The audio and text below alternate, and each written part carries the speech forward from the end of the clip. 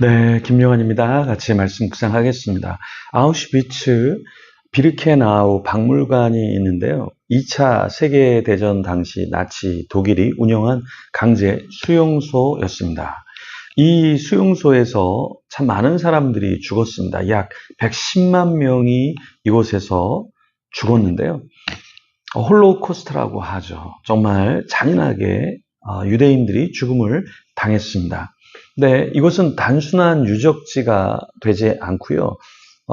이 장소를 그냥 어떤 홀로코스트의 장소로 둔 것이 아니라 이 장소를 다시 꾸며서 만들어서 화해의 장소로 만들었습니다. 증오가 넘쳐나는 이 장소인데요. 이 장소를 박물관으로 만들어서 용서의 장소, 화해의 장소로 만들어서 사람들이 방문하게 했습니다.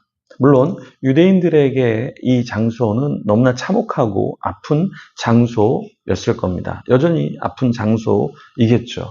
그런데 그 장소를 박물관으로 꾸밀 때 우리가 보복해야 된다. 우리도 역시 나치와 독일 사람을 죽여야 된다라는 그러한 의도를 갖고 만들지 않았다라는 거예요. 학살의 장소를 참으로 용서와 회복의 장소로 그 터로 세웠다라는 것입니다. 역대하 3장에 보면 솔로몬이 모리아 산에서 하나님의 성전을 건축합니다. 그런데 이 모리아 산은 어떤 장소였을까요? 우리가 생각할 때 모리아 산 그러면 거룩한 장소, 성전이 서기에 괜찮은 장소라고 생각할 수 있습니다. 그런데 이 장소는 그렇지 않았죠. 사실 전통적으로 이 장소는 아브라함이 아들 이삭을 바쳤던 그런 장소였습니다.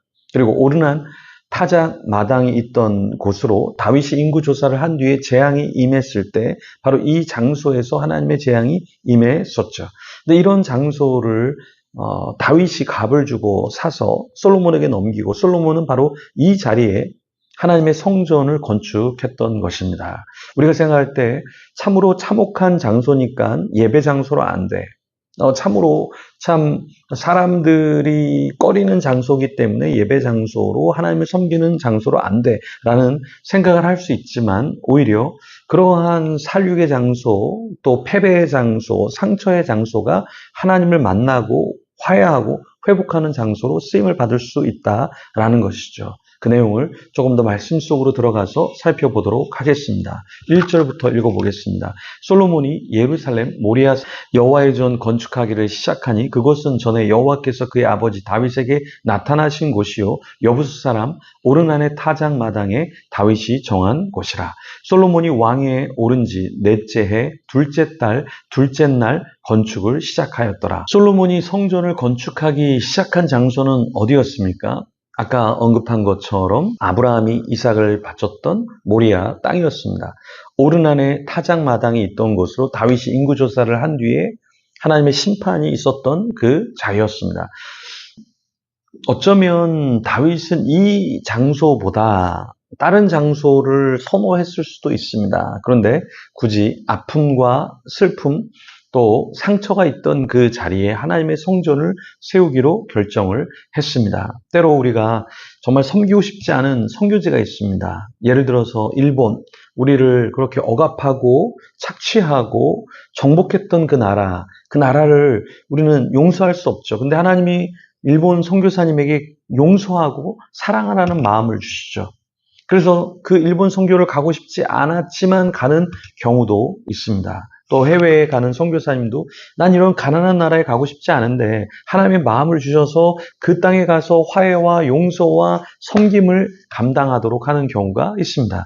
교회도 마찬가지입니다. 난 이 교회 섬기고 싶지 않은데 난 이 섬김의 이 자리가 별로 마음에 들지 않는데 근데 하나님께서 그런 자리에 우리를 보내시고 또 하나님께서 그곳에서 우리가 죽어지고 낮아지는 가운데 하나님의 성전, 하나님의 사람들을 세우기를 원하시는 경우가 있습니다. 다윗은 자기가 정말 상처받았던, 심판받았던 그 모리아 땅에서 성전을 세우기를 원했습니다. 솔로몬이 그 아버지의 뜻을 따라서 거기에다가 성전을 지었죠.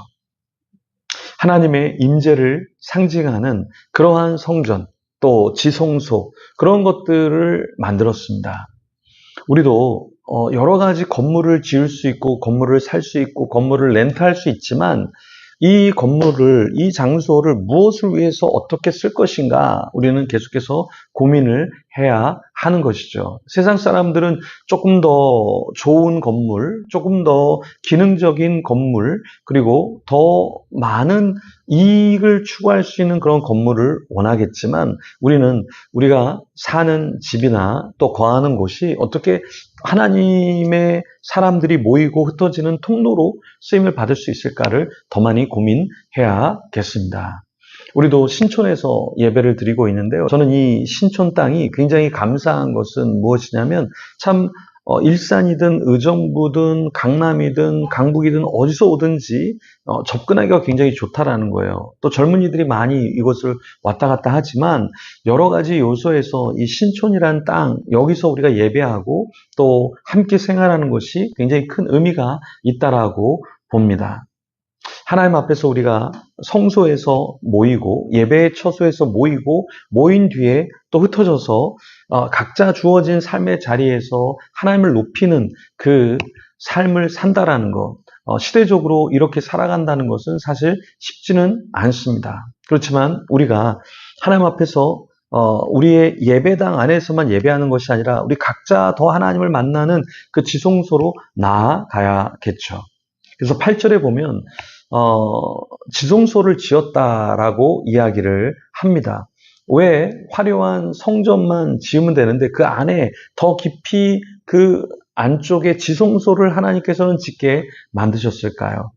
그것은 하나님을 만나는 장소가 필요하다라는 것이죠. 우리가 주일날 예배드리고 끝이 아니라 내가 주중에 더 어떻게 지성소로 하나님 앞에 들어가서 내 개인적인 책상 앞에서 학교 안에서 또 내가 일하는 곳에서 어떻게 하나님 앞에 더 나아갈까를 고민하는 삶을 살아야겠습니다. 가정 안에서도 어떻게 하면 우리 가족을 조금 더 하나님 앞으로 이끌까를 고민하고, 또 내가 우연히 만난 사람도 정말 하나님의 사랑을 알 수 있도록 우리가 또 그 개인적으로 그 사람이 하나님을 만날 수 있도록 지성소로 더욱더 초대하고 함께 예배하는 자가 되면 너무나 좋겠습니다. 우리가 홀수달 맨 마지막 주에 포유 초청 예배를 드립니다. 여러분 잊지 마시고 그 예배를 생각하면서 누가 오면 좋을까? 누가 복음을 들으면 좋을까? 누가 찬양을 통해서 간증을 통해서 하나님 앞으로 더 오면 좋을까를 고민하면서 개인적으로 한 사람 한 사람들이 성소 안으로 모이고 지성소 안으로 모이는 가운데 하나님께 영광을 돌리게 하는 저와 여러분이 되기를 소망합니다. 기도하겠습니다. 하나님 감사합니다.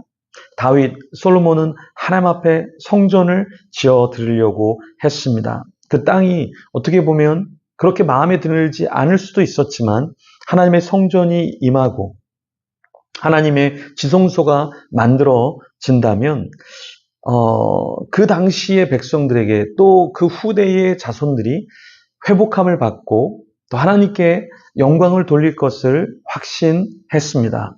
우리도 때로는 내가 있어야 할 곳이 마음에 들지 않을 수 있습니다. 함께하는 사람들이 버거울 수도 있습니다. 그렇지만 지성소 안으로 더 깊이 들어가서 주님을 만나고 개인적으로 더 회복되어지는 가운데 내가 품을 수 없는 사람을 품게 하여 주시고 용서할 수 없는 사람을 용서하는 자 되게 하여 주시옵소서. 감사합니다. 예수님 이름으로 기도합니다. 아멘. 계속해서 기도하며 주님 앞에 나아가겠습니다.